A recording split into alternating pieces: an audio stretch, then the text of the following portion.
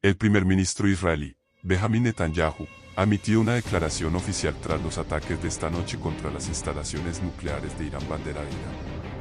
Netanyahu aseguró que Israel actuó en defensa propia y que no permitirá que el régimen iraní continúe avanzando en su programa nuclear con fines militares.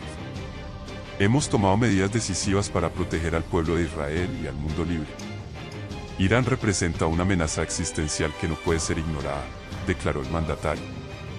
Además, fuentes de inteligencia confirmaron que el Mossad llevó a cabo varias operaciones encubiertas, incluyendo asesinatos de alto nivel contra figuras clave del programa nuclear iraní. La comunidad internacional observa con creciente preocupación, mientras la tensión en Medio Oriente alcanza niveles críticos.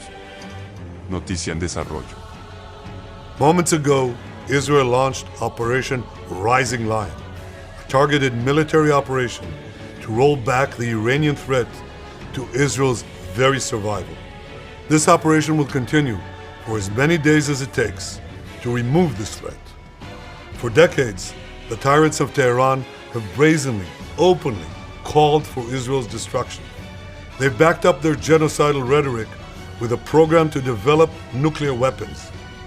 In recent years, Iran has produced enough highly enriched uranium for 9 atom bombs. 9. In recent months, Iran has taken steps that it has never taken before, steps to weaponize this enriched uranium. If not stopped, Iran could produce a nuclear weapon in a very short time. It could be a year, it could be within a few months, less than a year. This is a clear and present danger to Israel's very survival. 80 years ago, the Jewish people were the victims of a Holocaust perpetrated by the Nazi regime.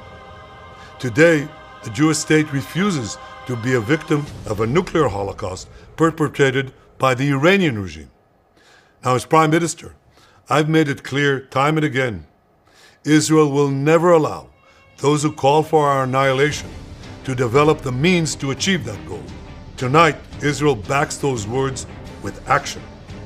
We struck at the heart of Iran's nuclear enrichment program. We struck at the heart of Iran's nuclear weaponization program. We targeted Iran's main enrichment facility in Natanz. We targeted Iran's leading nuclear scientists working on the Iranian bomb. We also struck at the heart of Iran's ballistic missile program. Last year, Iran fired 300 ballistic missiles at Israel.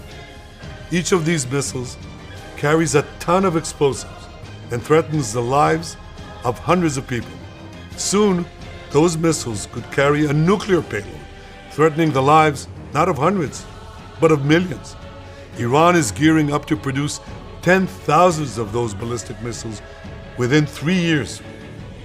Now just imagine 10,000 tons of TNT landing on a country the size of New Jersey. This is an intolerable threat. It too must be stopped. Iran is now working on what it calls the new plan to destroy Israel. You see, the old plan failed. Iran and its proxies tried to encircle Israel with a ring of fire and to attack us with the horrible attack of October 7th.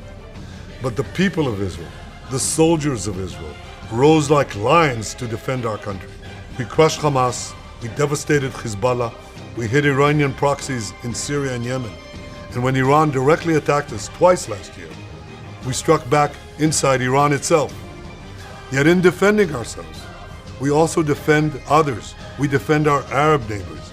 They too have suffered from Iran's campaign of chaos and carnage. Our actions against Iran's proxy Hezbollah led to the establishment of a new government in Lebanon and the collapse of Assad's murderous regime in Syria. The peoples of those two countries now have a chance for a different future, a better future. So too do the brave people of Iran, and I have a message for them. Our fight is not with you. Our fight is with the brutal dictatorship that has oppressed you for 46 years. I believe that the day of your liberation is near. And when that happens, the great friendship between our two ancient peoples will flourish once again. I want to assure the civilized world, we will not let the world's most dangerous regime get the world's most dangerous weapons. And Iran plans to give those weapons, nuclear weapons, to its terrorist proxies. That would make the nightmare of nuclear terrorism all too real. The increasing range of Iran's ballistic missiles would bring that nuclear nightmare to the cities of Europe and eventually to America. Remember, Iran calls Israel the small Satan. It calls America the great Satan.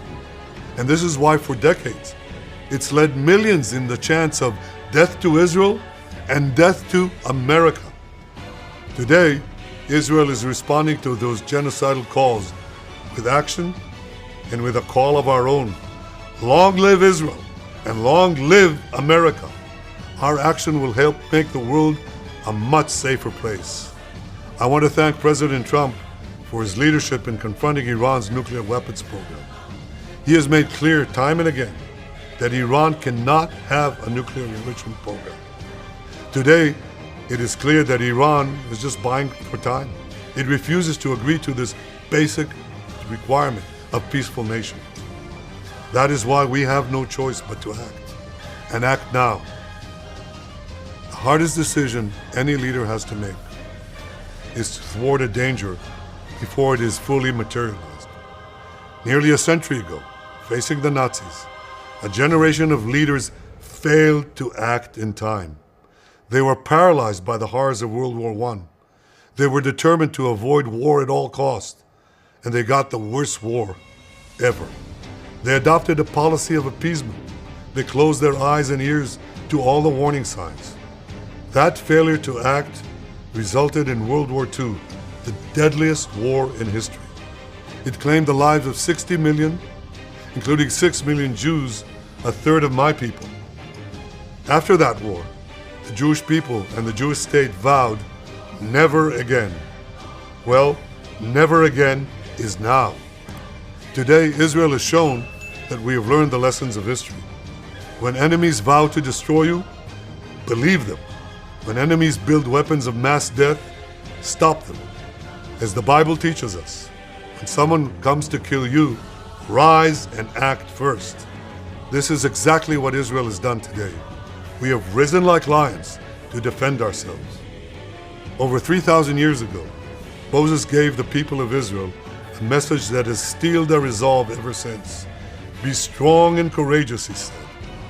Today, our strong and courageous soldiers and people stand together to defend ourselves against those who seek our destruction.